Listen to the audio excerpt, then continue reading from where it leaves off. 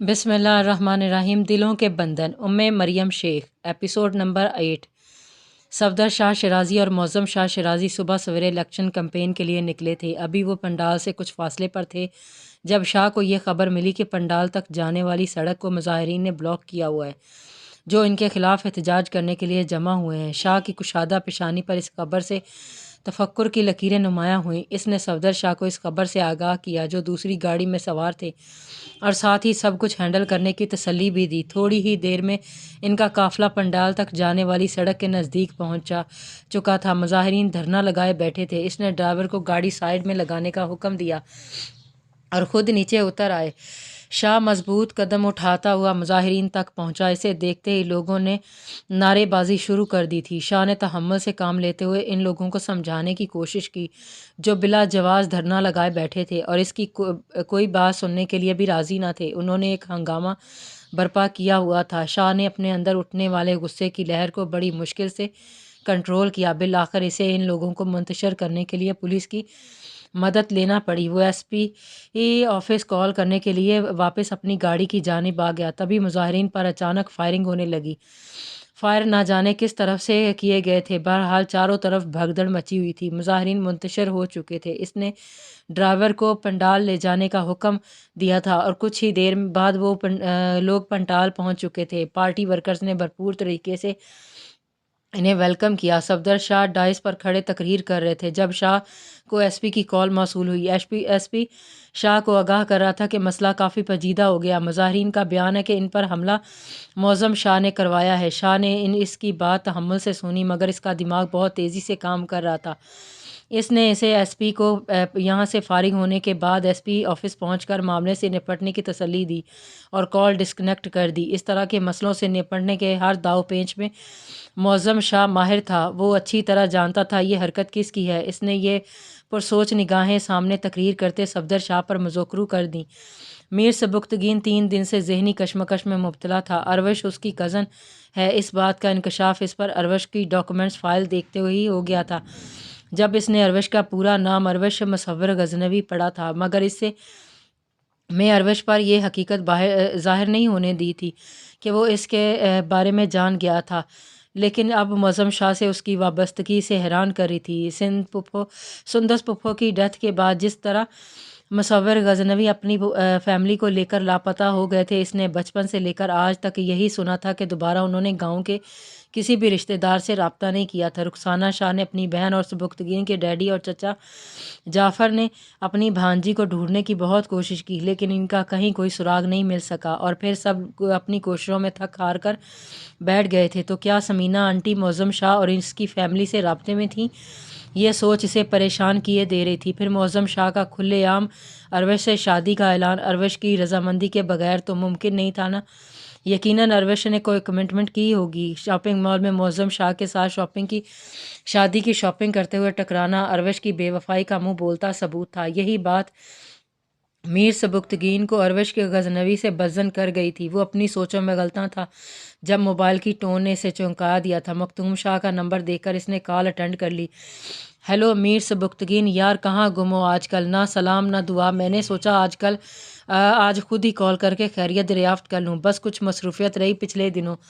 سبکتگین نے سنجیدگی سے جواب دیا، اچھا کچھ خاص قسم کی مصروفیت تھی؟ مختوم شاہ نے خوشگوار موڈ میں بات شروع کی۔ اس کی کال کا مقصد کچھ اور تھا۔ کچھ خاص نہیں، وہی آفس ورک لوڈ۔ تم بتاؤ کہاں ہو؟ کال کرنے کی بجائے خود چلے آتے تو ہم ساتھ میں لنچ کر لیتے۔ لنچ کا ارادہ تو میرا بھی ہے مگر مصروفیت نے اجازت نہیں دی اور گاؤں سے نکلنے کا موقع بھی نہیں مل سکا۔ جب فرصت ملے تب آ جانا۔ سبکتگین نے مختصر کہا، یار تمہارے متعلق یہ خبر گردش کر رہی ہے کچھ دنوں سے کہ تم نے معظم شاہ کے قافلے پر حملہ کروایا۔ مجھے ایسے خرافات میں پڑنے کا کوئی شوق نہیں اور نہ ہی میری معظم شاہ سے کوئی ذاتی دشمنی ہے۔ سبکتگین اس کی بات سے تو شاکڈ تو ہوا تھا مگر اس نے مختوم شاہ کو محسوس نہیں ہونے دیا تھا۔ لیکن اس نے ایف آئی آر تو تمہارے خلاف درج کروائی ہے جبکہ معظم شاہ خود بھی یہ بات اچھی طرح جانتا ہے کہ یہ کام میر سجاول کے سوا اور کسی کا نہیں ہو سکتا۔ مختوم شاہ نے ایک بار پھر اسے حیران کر دیا تھا۔ اس بات کی وضاحت معظم شاہ ہی بہتر طریقے سے کر سکتا ہے۔ میں نہیں جانتا میں نے ایسا کچھ کیوں کیا اور نہ ہی جاننا چاہتا ہوں، وہ سرد مہری سے بولا۔ لیکن میں جانتا ہوں۔ مختوم شاہ نے ڈرامائی انداز اپنایا۔ میر سبکتگین خاموشی سے اس کی اگلی بات کا منتظر تھا۔ کہیں اس سب کے پیچھے وجہ مس سروش تو نہیں؟ مختوم شاہ صاف گوئی سے بولا۔ میرا مس سروش سے کوئی واسطہ نہیں، اور نہ ہی میں اتنا جذباتی اور بے وقوف ہوں کہ اس کے لیے یہ سب خرافات کرتا پھروں۔ میر سبکتگین کے لہجے کی آنچ مختوم شاہ پل بھر میں محسوس کر گیا تھا، لیکن اسے جتلانے کی کوشش نہیں کی تھی۔ کچھ دیر ادھر ادھر کی باتیں کر کے میر سبکتگین نے کال ڈسکنیکٹ کر دی، اور خود تھکے انداز میں بیڈ پر دراز ہو گیا تھا۔ سائڈ ٹیبل پر پڑے کافی کے مگ میں موجود کافی ٹھنڈی ہو چکی تھی۔ معظم شاہ کو گئے 3 دن ہو چکے تھے، لیکن وہ پلٹ کر نہیں آیا تھا۔ عروش نے موقع غنیمت جان کر آفس جانے کی تیاری کر لی۔ تیار ہو کر وہ ثمینہ بیگم کے پاس کچن میں پہنچی، جو ایان کے لیے ناشتہ بنا رہی تھی۔ امی، میرے لیے بھی چائے بنا دیں، آج میں آفس جا رہی ہوں۔ پراٹھا پلٹتے ہوئے ثمینہ کا ہاتھ فضا میں ہی رک گیا۔ انہوں نے بڑی حیران نظروں سے عروش کو دیکھا۔ امی، ہم معظم شاہ کی باتوں کو سیریس لیں گے تو ہمارا گزارا کیسے ہوگا؟ 3 دن ہو گئے وہ پلٹ کر واپس بھی نہیں آیا۔ اس کے خوف سے میں جاب تو نہیں چھوڑ سکتی نا، یہ جاب ہماری مجبوری ہے۔ اس نے ماں کو سمجھانے کی کوشش کی۔ عروش بیٹا، تمہاری بات اپنی جگہ ٹھیک ہے، لیکن اگر اسے بھنک بھی پڑ گئی تو وہ ہمارا جینا حرام کر دے گا۔ اس دن تم نے اس کا روپ دیکھا نہیں تھا، کیسے بتھرا رہا تھا وہ؟ میں تو اس سے بہت خوفزدہ ہو گئی ہوں۔ میری غلطی ہے جو میں تم لوگوں کو وہاں لے پہنچی ہوں، اس لیے ہم اس کی نظروں میں آ گئے ہیں۔ ثمینہ اب اپنے گاؤں جانے کے فیصلے پر پچھتا رہی تھی۔ امی، ڈرنے والوں کو دنیا اور ڈراتی ہے، اور اب میں معظم شاہ سے بالکل نہیں ڈروں گی۔ میں آج سے ہی آفس دوبارہ جوائن کر لوں گی۔ آپ میرے لیے ناشتہ تیار کر دیں۔ یہ کہہ کر عروش صحن میں پڑی چیئر پر جا کر بیٹھ گئی۔ ثمینہ ایان کی موجودگی کے خیال سے مزید کچھ کہہ نہ سکیں۔ عروش نے میر سبکتگین کے آفس کے باہر پہنچ کر چند لمحے کھڑے رہ کر کچھ سوچا، پھر دھیرے سے نوک کیا اور "مے آئی کم ان سر" کہتے ہوئے اندر چلی گئی۔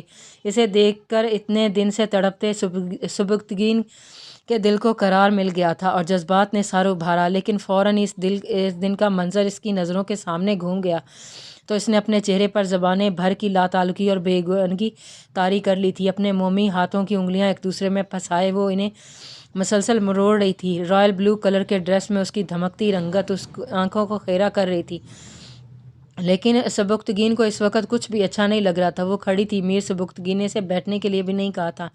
"سر، اس دن کے لیے میں بہت شرمندہ ہوں۔ معظم شاہ نے اس دن جو کچھ بھی کہا اس میں میری رضامندی شامل نہیں تھی"۔ عروش نے بنا کسی تمہید کے بات شروع کی۔ میر سبکتگین اس کی بات کاٹتے ہوئے فوراً سے پیشتر بولا: "مس عروش، میں پوچھنا چاہوں گا کہ آپ کے منگیتر نے آپ کو آفس جوائن کرنے کی اجازت دی یا آپ اسے بھی دھوکہ دینے چلی آئی ہیں؟"